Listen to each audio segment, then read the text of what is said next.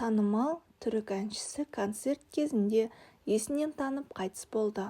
Сәлем достар, сіздермен бірге News.kz арнасы. Каналыма тіркеліп қоңырау белгісін басуды ұмытпаңыздар.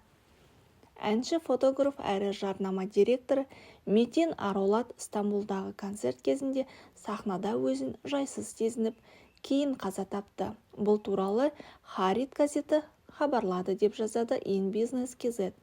Басылымның хабарлауынша 52 жастағы әртіс спектакль кезінде өзін нашар сезініп, үзіліс жариялады. Сахна артында ол көйлегін шешіп, сол қол ауырып жатқанын айтты. Біраз демалғаннан кейін әнші өзін жақсы сезініп, сахнаға қайта шығады.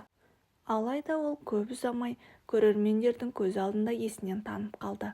Алғашқы көмекті залда болған медбике көрсетті. Содан кейін әртісті ауруханаға жеткізуге тырысты. Жолда жүрегі 3 рет тоқтап қалды. Клиникада дәрігерлер әншінің қайтыс болғанын хабарлады.